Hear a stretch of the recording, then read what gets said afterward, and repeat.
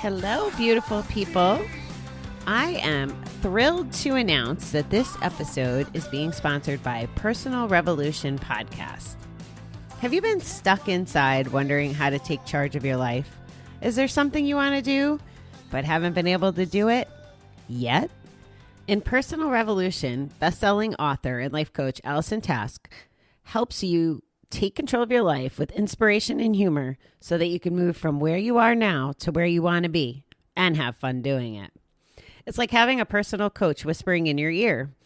This 3-month podcast course, along with bonus episodes each month, will help you create a clear vision for what you want out of life.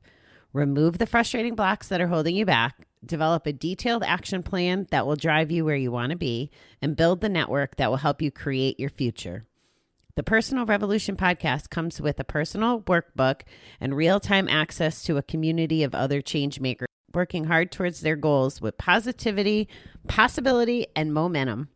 And for a limited time, all of this is available to you for free.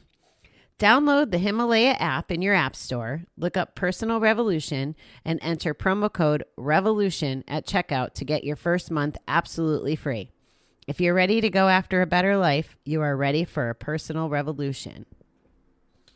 Be sure to check out the show notes where there'll be a little snippet of Allison herself to get you familiar. It's an honor to have a sponsor partner that is into self-care and personal development the way I am. So I'm excited to have them on board. Okay, ready for today's reading. Great opportunities to serve. Wow. How about we start over? Great opportunities to serve God are rare. Little opportunities happen every day. Anonymous. We often read or hear about people who have made major contributions to the well-being of others. Some donate large sums of money to build schools or hospitals. Others perform acts of great heroism or skill in saving others' lives. If only we could do one of these things. If only a great opportunity presented itself so the world could really see we do care. The problem with waiting for the great opportunity is that it may never come. And even if it did, the desire to perform great acts often has its roots in its large ego, not a large heart. If we really want to serve God and others, there are opportunities every day, like giving a genuine compliment to someone or offering to take someone to or from a meeting if they otherwise can't go, or some small kindness to a stranger. We don't need to wait for a great opportunity. Serving others in little everyday ways can bring great joy.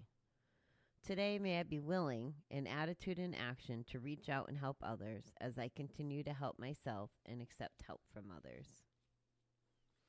Again, another reading that seems like it was made for our quarantine adventure and the world we're living in today. Helping each other is definitely something that seems to be happening. I've seen a lot of, now of course I look for the positive, so I'm going to find all the good examples, I think, or at least try to see them. And because I don't watch the news, if there are people being bratty out there, I'm not really exposed to it. But I've seen a lot of good things, from people making homemade masks to delivering food, from a social distance. And it doesn't take a pandemic or it shouldn't take a pandemic for us to serve and to be kind to people. And I liked how it said even a genuine compliment. And you'd be surprised how far those go, and my interpretation of genuine, is something legit and something that kind of reflects that you're noticing another person and that their existence is important. We started off this podcast, and I think 3 out of my first 5 or 6 episodes or interviews, suicide was such a big discussion, and the kindness and the seeing people and there's stories out there where I think I've seen it where a lady buys a homeless man lunch, and he leaves her a note saying, I was thinking of killing myself today, and you gave me joy. And not to start the day off or the week off on a depressing note, but we kind of, as individuals, can have that impact. And it could be as simple as a smile. It doesn't even have to be a lunch if you can't afford to buy a lunch. It could be just a conversation, or picking a flower. I'm back to flowers, see? So we all have the ability to give. And I believe that this is another aspect that helps recovery. We need to be selfless instead of selfish at times. I know I sound like a hypocrite because I want us to be selfish to protect ourselves. And there is a time and a place to be selfish, but there's also a time and a place to be selfless and to just kind of pay it forward. And it all goes back to gratitude. How much gratitude do we have for everything that we have, whether it's small or big? Grateful for relationships, grateful for people, grateful for the sun, grateful for flowers. There's just so much to be grateful for. Grateful for the ability to feel emotions. Like, that's something that most gamblers probably haven't had for a long time. You shut them off. That's the point of being in a 10-hour poker tournament or in front of a slot machine. It's to shut off all those emotions. So being able to feel them once we start our recovery journey and as we evolve, feeling them, recognizing them, and then down the road, learning how to handle them. Is it I need a break right now so I can get my emotions in check because I know what I'm feeling? Or is it maybe it's just time to spew and the angry version of yourself needs to let the anger out?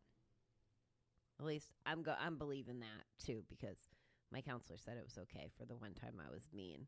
She said I was entitled to get it off my chest. I just didn't like being that person. So I learned that mean and it's not a good way to deal with anger. I digress. Anyway, the moral of the story is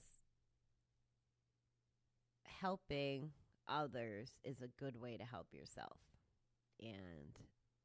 And the others need it just as much. And it's not about showboating or, trying to look good. It has to come from the heart. I agree with the reading. So give a little. It's Monday, guys. Have a great start to the week. Oh, pardon my yawning. I'm still not sleeping very well or very long. So, yeah, hopefully we'll get that straightened out soon. Anyway, have a fabulous Monday. I will see you tonight. We're going to work on some more step 4. Pretty happy about that. It's a great exercise for me, so I hope that you're finding value out of it. And I will just wish you another grateful, good day, and drink your water.